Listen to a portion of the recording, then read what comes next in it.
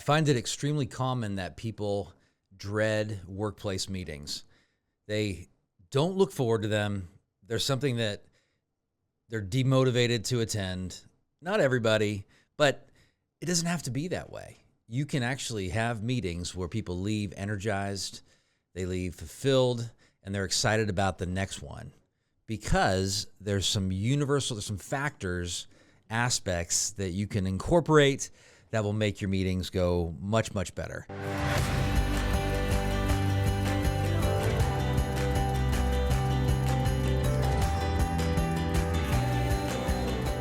We're going to talk about that today in the Decide Your Legacy podcast.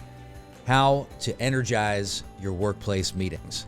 3 keys, aspects you want to keep in mind. And so by the end of this podcast, I can promise you that you're going to learn a formula that will work.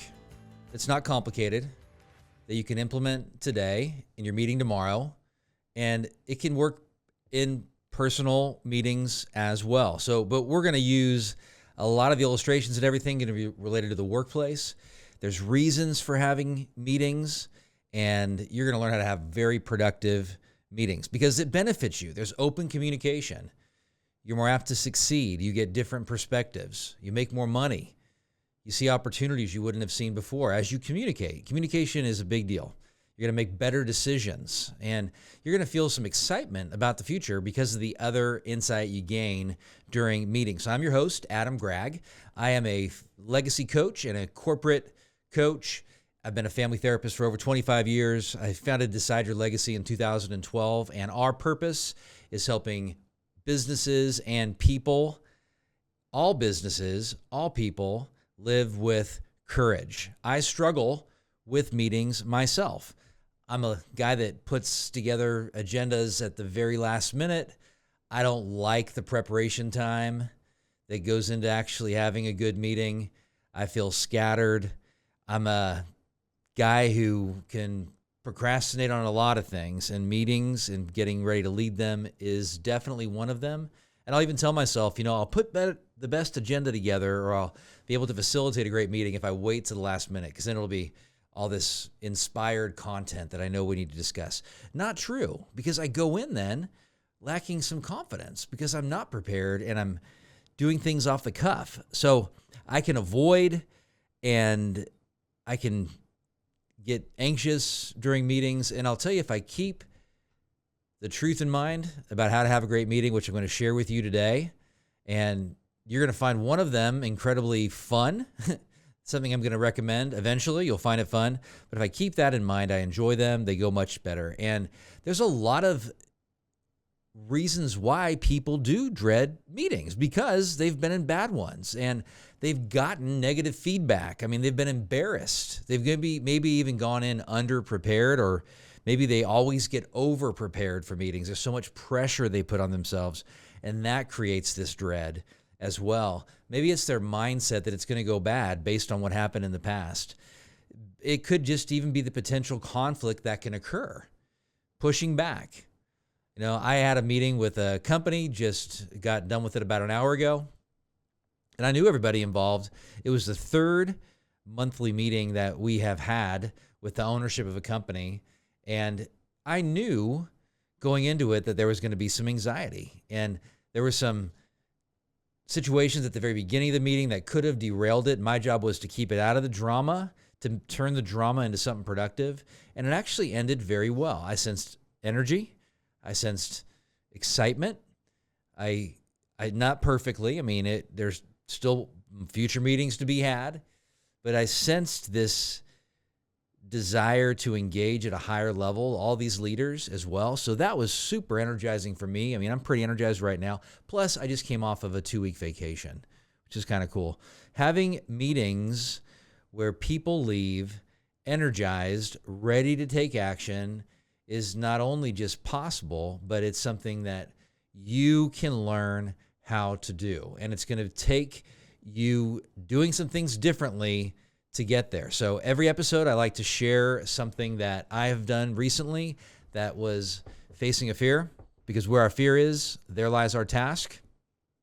And what I did is, at a graduation party on vacation for my daughter Emerson, I actually facilitated a discussion about giving her our best pieces of advice becoming 18. Everyone shared something they could, if they were to give her advice, I asked for their best piece of advice on something she could stop doing, something she could start doing, and then something they hope she continues doing. Wrote these things down. And the reason it was a risk is because sometimes when I've decided with family to challenge people to engage in that way, I get some negative energy towards me. Like, you're being a family therapist. You're trying to control the conversation. But I didn't get it this time. And I was surprised, actually, because everyone jumped in. I think partially because we've done these types of things in the past with family that I've facilitated, and they've been pretty fun. So maybe they are even wanting me to do this now. I can struggle with meetings. I know that you can as well. And if you're human like me. So the first important aspect of a great meeting is to start it off by making it fun, so that people come in anticipating something fun to get it rolling. Something light, engaging, not too deep, and have this planned in advance. An icebreaker. And some of my favorite icebreakers I actually have listed in an article that I've written called 17 Fun Icebreakers for Workplace Meetings. You can go ahead and go through that list and pick one that you can engage in. And I mean, you will find that they work at family events. I'm pretty sure all 17 will work at family events. So either way, but a couple that I like, one, and I use this one today as well, is you share what your top 90-day personal goal is and what you think you can do today to get started on that goal. So everybody shares, you get to know more about what they are focusing on in their life, and then they will leave hopefully energized to take some kind of an action to reach that goal. That's a fun one. Of course, you may know that one of my favorite beginning questions to ask at a meeting is, so what was something positive that happened yesterday, something exciting that you have planned for the day ahead? Really good, fun icebreaker. Another one is what I just shared. You can do it in a workplace meeting: stop, start, and continue for yourself. So here's something I want to stop. Here's something I want to start. Here's something I want to continue. So everyone shares that. That's different than how I use that activity at my daughter Emerson's graduation party. But it's a great one. You just do it for yourself personally. And another fun one, kind of bonus, is you have a jar of coins. Everyone picks a coin, and they share something historical or personal that happened during that year listed on the coin.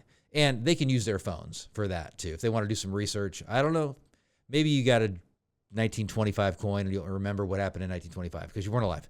So that's number one. Make it fun. Intentionally put energy into making it fun. And that's even your attitude about the meeting. Everybody picks up their cues off the leader. And there needs to be a facilitator in every meeting. It's somebody that keeps it heading in the right direction, on topic, so that you don't go on a tangent. Because one of the reasons people dread meetings is because people may have a certain person that easily goes on a tangent, and then they take up all the oxygen in the room and they demotivate everybody, and it's just not a good situation. So the facilitator, it does not have to be the CEO. It does not have to be the president. It's simply the person running that meeting. It may be, because everybody that's in a leadership position has to learn how, in my opinion, to run an effective meeting, but it needs to be somebody who's willing to keep that meeting on track. There you go. So the second aspect of a great meeting is people are going in with some level of embracing drama, not loving drama, not looking for drama, not trying to cause drama, but embracing the potential that comes out of that drama, seeing it as an opportunity, seeing it as something that it really needs to be discussed in many cases. Sometimes it doesn't, but a lot of times it does. Seeing it as something to ask questions about, something to dig deeper on. A solution can come out of you facing that thing that's not being addressed. Your job as a facilitator is to be the drama miner. You're actually pulling it out, looking for it. You may be prepared to bring up a topic that you know people want to avoid, but you are the one who's willing to bring it up. That's what I do with companies. I mean, I bring up the topics that, as I meet with them one-on-one, people are sharing, and then I can subtly, in a kind, direct way, which is not really subtle, but in a way that gets people engaged, bring it out so we can have a discussion about it. Not a monologue, not a beat up fest, but a discussion so we can get insight and then take action based on that drama. So you need a facilitator to help you with that. Another reason is because if you don't have the leader, if you're not being a leader, it will easily get directed towards the person who either has the most drama in their life, who is naturally wanting to be the center of attention possibly, or it'll easily go to the least important topic because it's safer to discuss that than the most important topic to discuss. Maybe it's the financial condition of the company or hiring somebody new or firing somebody or the direction of the company. I mean, companies frequently, and I heard this just recently, I asked a company leader what she would like the business to look like in 10 years. So creating a vision for the business. And she couldn't go there. And she identified that there was too much conflict amongst the leadership and too poor communication amongst the leadership for her to even want to dream that far ahead. And she's the president of the company.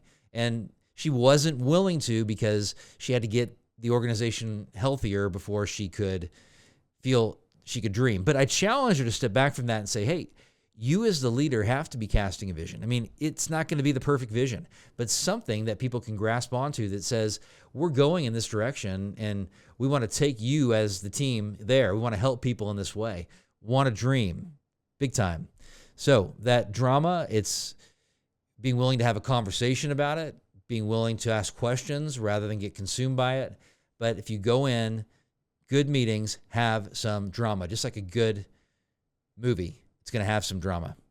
Your life has some drama. Are you willing to face it is the challenge. If you're willing to face it and see that when you get to the other side of that personal drama in your life, then you have all the good stuff on the other side of that, which is a huge deal. So the third aspect of a great meeting is that it ends with action. So this is what I require when I have a meeting with my team and then a team that I'm facilitating a leadership discussion or an ownership discussion, is that at the very end of the meeting, and they know once they've actually gone through some of these meetings, there is going to be a couple questions that I'm going to ask. I'm going to have them rate the meeting on a scale 1 to 10, and 10 is high and 1 is low. So they're going to assess the quality of that interaction. Today I got a 6, I got a 7.5, I got a 7 and a 7 from a meeting that I was leading of an ownership group. And I could look at that and say, oh, I wish it was all 8s and 9s, but it was still higher than the last one and we're trending in the right direction. It was hard though. It was a hard thing and I felt energized by it anyway, because I know that things were addressed that were so crucial. So you end with action. And so the other question I ask is, what was helpful from this meeting today? And people get to share. And in this case today, they shared that there was some openness to hearing and understanding and letting go of assumptions. They shared that there was people interacted in a more positive fashion, that they went deeper. One person said, we talked about core issues in a way that I didn't think would happen.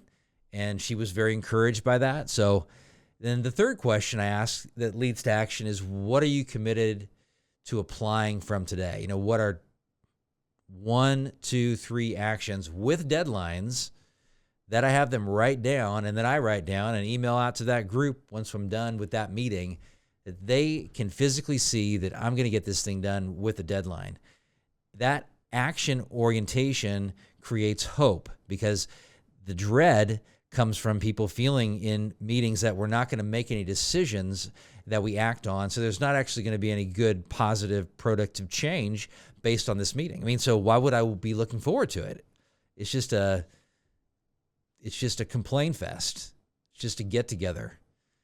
It's just a coffee sipping time. It's not a productive workplace meeting. And then if you look at that, it leads to a lack of hope, because then you think you're going to go back and talk about the same stuff the next time you all visit, or you think you're going to go back and just waste time in the future meetings. But once you can see, and I find that once people can see that a meeting can be effective, it can be fun, it can be dramatic, and we still stick through it, we can find productive action to take at the end, then they're energized and you have them. After this meeting today, I had requests based on, and this is what I get to when it's a good productive meeting. It's like, when's the next one? When's the next one? And wow, can we do the same thing then? And I'll ask them that as well. Like, what was helpful from today? They're going to give you feedback. Well, you pushed us. You challenged us. You kept us on topic. And there were a number of times where it could have gone on a tangent that derailed the whole thing. But you can do that as a leader to say, hey, we're going to focus on this. And to do that too, I like to think about there being 4 different types of meetings. I learned this from Patrick Lencioni in The Advantage. 4 key types of meetings. So one is called a weekly tactical meeting. And at a weekly tactical meeting, you're sharing updates on divisions of the company, future plans. You're sharing metrics like sales metrics, sales calls, revenue. You're sharing detailed information about problems in the organization. If there's multiple divisions in that company, then they're all giving updates on their section of the company. So that's what's going on.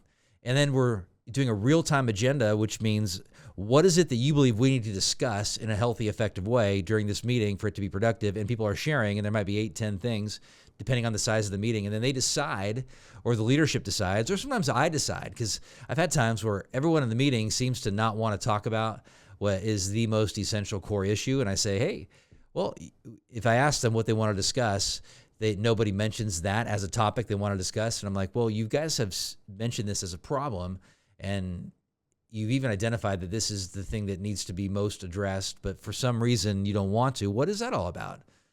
Well, we're going to offend this person or that person that's actually in the room. Okay. So what's going to offend them about this? Well, they're not going to like what feedback they get because it relates to their job and their performance. And even just getting that out gives them generally a willingness to say, hey, we're even from the person who they're afraid to share this information with, there's an openness because we've gotten the elephant out of the room and now we're talking about that drama. And then hopefully over time they see that's going to lead to action, positive action, productive action, fun action. So they make a commitment, and then they can even ask somebody. I often assign this with companies, somebody to hold you accountable. Accountability is necessary between meetings. So big, good stuff. So I went to Portland, Oregon over the weekend, and I went to see my friend Aaron and Ryan and John and another buddy Max and another friend Jeremy, and these are all college fraternity brothers. I decided to do this fairly last minute because his wife Erin sent the invitation out like 2 weeks ago. And so I think he was really surprised that a number of friends flew in from out of state to attend. And at the very end of this event, we came in Friday, we left Sunday morning, we all had breakfast together. There was a party, got to meet his friends in Portland, Oregon, and I went to college in Eugene, Oregon at the University of Oregon. So I know them from Oregon. And Aaron and his friends I got to meet from that area right there. And it was a really great time. It was a blast. But I remember at the very end, we had a meeting, basically. We went to breakfast and we talked about the trip. And it was fun because we reminisced on the night before. There were some really silly, funny things that happened at his party. And it did involve some very random things like a parade in Portland that I never knew existed. And I can't really talk too much about it on this, but you can look it up. There's a parade in Portland. It's called it's called the Naked Bike Race. Anyway, but that legit exists, and it was going by the venue where we had our 50th birthday party for Aaron, and so people got to be near this event. But at so we laughed, and that was the fun part of that meeting. And then there was some talk about when do we get together again? And there's some drama in that because some people can't make certain dates, and other people have ideas about going to a football game. Some of the friends had ideas about celebrating another 50th birthday party. Others, like myself, had an idea of meeting somewhere in the middle because I'm the furthest away. A little bit of drama, and then there was some action at the end. Like, we are committing to following up to talk about this after we organize our schedules on this specific date 10 days from now. So And that's not exactly what happened. So we failed the action part because we didn't nail down a specific date and a specific commitment. The commitment would have been verbalizing that we want to do this again. This was fun. You can do this when you practice. Give yourself 90 days if you're going to commit, which is what's required if you're going to have good meetings. If you're going to commit to making your meetings much more productive, much more enjoyable, much more action-oriented, more fun, and drama-facing, fear-facing, give it 90 days, assess, but be all in. Because you won't want to do it when it's hard, unless you're committed. That's how we work. Willpower doesn't work. You don't will your way into anything. You have to create the environment that makes it easy to go downhill. So you schedule the meetings at the same time every week. Oh yeah, I was going to tell you the 4 different types of meetings: the weekly tactical. There's a daily check-in where people meet in the morning or the afternoon and they check in for 5 or 10 minutes, and it happens every day. People go and they share. It can bring questions for their coworkers to that meeting, and so they know they're going to have that regular, consistent time to check in. There's a topical meeting, which during your tactical meeting, you might realize that we need to spend a whole hour on this topic. And so you put that into the schedule where you're talking about one specific topic and you're staying on topic, not off topic. So you have a topical meeting that keeps you away from tangents as well. And then there's like a quarterly retreat, a way to do strategy, a time to plan strategy. It could be on-site or off-site. I like off-site, get people thinking, get people dreaming. So there you have it. So let me summarize. 3 different aspects of a great meeting. It's fun. Go into it with fun. Have an icebreaker at the beginning. That's fun. Good stuff. Embrace the drama is number 2. And that does mean confronting it at times.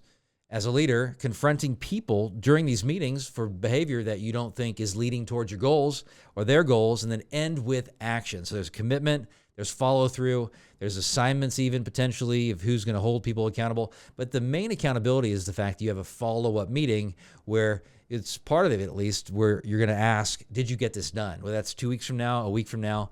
It could be a month from now, but there's a follow-up aspect. So if you found this content helpful, you are going to want to check out Shatterproof Yourself Lite. So this is a free mini course. And in this course, one aspect of it relates to relationships. It's 7 small steps to a giant leap in your mental health. So step 7 is building true friends. And if you check that out, you're going to see and learn some skills on making the types of connections in meetings, being an ace. You got to look at the course to see what that is, so that you can help people go further and beyond what they believe possible. And that's what a good friend does. So check out Shatterproof Yourself Lite. Hit the link. Don't miss that content. There's a worksheet you can go through as well. So in summary, as I said, make it fun, embrace the drama, and with action. Remember that nothing will make my day more bright than knowing that you have left this podcast with some kind of action that you're going to take based on this content. So send me an email, share, comment below. I'd love to hear about it. Give us a rating and review on Apple or Spotify, wherever you get your podcast content, and share this episode with your team. Because I'm sure you got other colleagues that do not like meetings, don't believe it's possible. If you are interested in digging deeper, check out The Advantage by Patrick Lencioni. He talks about meetings in this book and has a bunch of other great content as well. So there's no positive change until you decide to change. You can decide today because your legacy depends on you acting, doing something about it. To decide means to eliminate other options. There's so many options out there. And your legacy is the impact that your life is going to have on others after you leave God's good green earth. So today, I want to close the way I always do. Live the life today that you want to be remembered for 10 years after you're gone. You decide your legacy, nobody else. I appreciate you greatly, and I'll see you next time.